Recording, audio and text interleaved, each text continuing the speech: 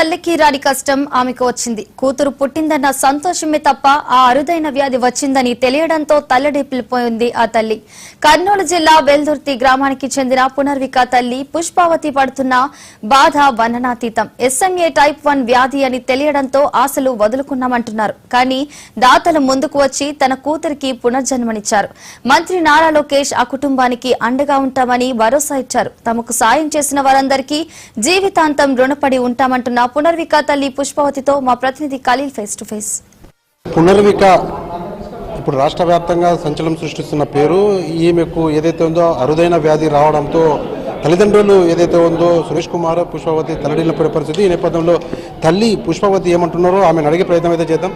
Madam చెప్పండి, ప్రధానంగా ఒక తల్లిగా పునర్వికకి అరుదైన వ్యాధి వచ్చిన వెంటనే మీరు ఎలా ఫీల్ అయ్యారు? ఏంటి అసలు బాధ? అంటే డాక్టర్స్ చెప్పింది ఒకటే సార్, 1 year 1.5 year కంటే ఎక్కువ బతకరని చెప్పేశారు. మేము అప్పటికే షాక్లో ఉండిపోయాం సార్. ఈ చెప్పిన తర్వాత అందులో ఒకటి 16 crores ఇంజెక్షన్ అని చెప్పారు. దానికి కూడా మేము సరిపోము. మా ఆస్తులు అమ్మినా కూడా వచ్చిన ఒక 30 నుంచి 50 లక్షలు అప్పుగా తెచ్చుకున్నా అంతకన్నా ఎక్కువ రావు సార్. సరే అనేసి మేము ఒక 3 months వరకు వెయిట్ చేసాం సార్.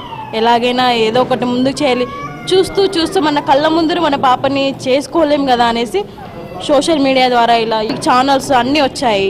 అలాగే ఇలా ప్రజలు first of all Insta Pawan Ediga Jagadish అన్న సీను సామర్లకోట నుంచి సైకిల్ యాత్ర మొదలుపెట్టి తిరుపతి వరకు వచ్చాడు. అందులో తనకి అక్కడ మిస్ అయిపోయింది, ఫోన్ మిస్ అవ్వడం వల్ల తను వెనక్కి వచ్చేసాడు. ఇలా ప్రజలందరూ government first of all government TG Bharat గారు, శబరి మేడము, శ్యాంబాబు గారు, సార్ లోకేష్ సార్ అన్న అసలు మేము ఊహించలేదు 6 కోట్లు సహాయం చేసి మా పాపకి ఇంజెక్షన్ తెప్పించారు. Thank you sir, thank you so much sir. ప్రభుత్వం నుంచి లోకేష్ గారు అండగా ఉంటాను, ఒక బ్రదర్గా ఉండి పాపకు సంబంధించినది ఏమైనా కానీ చేస్తామని చెప్పినప్పుడు మీ యాక్షన్ ఏంటి మేడం? అసలు చాలా సంతోషం సార్. మేము ప్రజల నుంచి 10 కోట్లు వచ్చినా మాకు లోకేష్ సార్ గవర్నమెంట్ నుంచి శబరి మేడం పైన కేంద్రం తరపున 50 లక్షలు అలాగే మాకు అన్నీ ఇప్పించారు. సంతోషంగా ఫీల్ అవుతున్నాం సార్. మా పాపను మేము మళ్ళీ బతికించినట్టు, సారు గారు కూడా మాకు బతికించి మళ్ళీ మాకు ఇచ్చినట్టే అనిపిస్తుంది సార్. మేడం ప్రధానంగా మీకు ఫస్ట్ కొడుకు, తర్వాత కూతురు ఉంది. కూతురు పుట్టిన సంతోషంలో ఈ వ్యాధి రావడంతో అసలు చాలా బాధాకరమైన విషయం. ఏదో ఒక తల్లిగా అసలు చాలా వరకు కూడా ఫేస్ చేయాల్సిన పరిస్థితి ఉంది. ఎందుకంటే ఒక అమ్మాయి ఈ విధంగా అరుదైన వ్యాధితో రావడంతో చాలా బాధాకరమైన ఉంటుంది. ముందు ఏం చేయాలనుకుంటారు? అసలు ముందే నిరుపేద కుటుంబం ఏం చేయాలని ముందుకెళ్ళారు? అంటే సార్ మేమైతే మేము గడ్డీలో పడిపోయాం, ఏం చేయలేమనే ఆలోచనలోనే ఉండిపోయాం.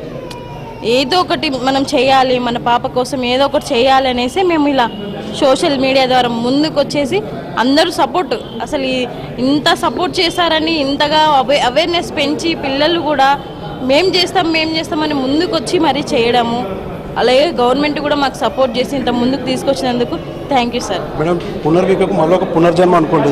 ఇంతమంది దాతలతో సహకారంతో ముఖ్యంగా సోషల్ మీడియా కావచ్చు, అన్ని ఛానల్ ద్వారా గవర్నమెంట్ నుంచి వచ్చిన నేపథ్యంలో మీరు అసలు ఎప్పుడు చేపిస్తున్నారు పాపకు? ఎక్కడ చేపిస్తారు? ఏంటిది? మేమైతే హైదరాబాద్ రెయిన్బో హాస్పిటల్ సార్ సికింద్రాబాద్లో సారు ఇన్ఫామ్ చేస్తామన్నారు సార్. ఇంకా మనకు కూడా క్లారిటీ లేదు. సార్ ఎప్పుడు చెప్తే అప్పుడు వెళ్తాం సార్. అంటే రాగానే పాపకు ఎలా పెట్టుకొని చూసుకోవాలి మేడం? చాలా వరకు జాగ్రత్తగా చూసుకోవాలి, భవిష్యత్తులో మంచి చదువు చదివించాలని చెప్పేసి కూడా మేము మహాన్యూస్ తరపు నుంచి కూడా కోరుతున్నాము. దీనిపై మీ రియాక్షన్ ఏంటి?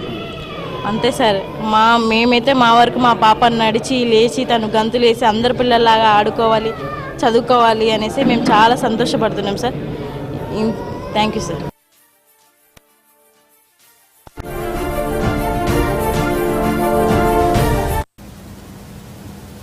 Hero Vijay Deverakonda, heroine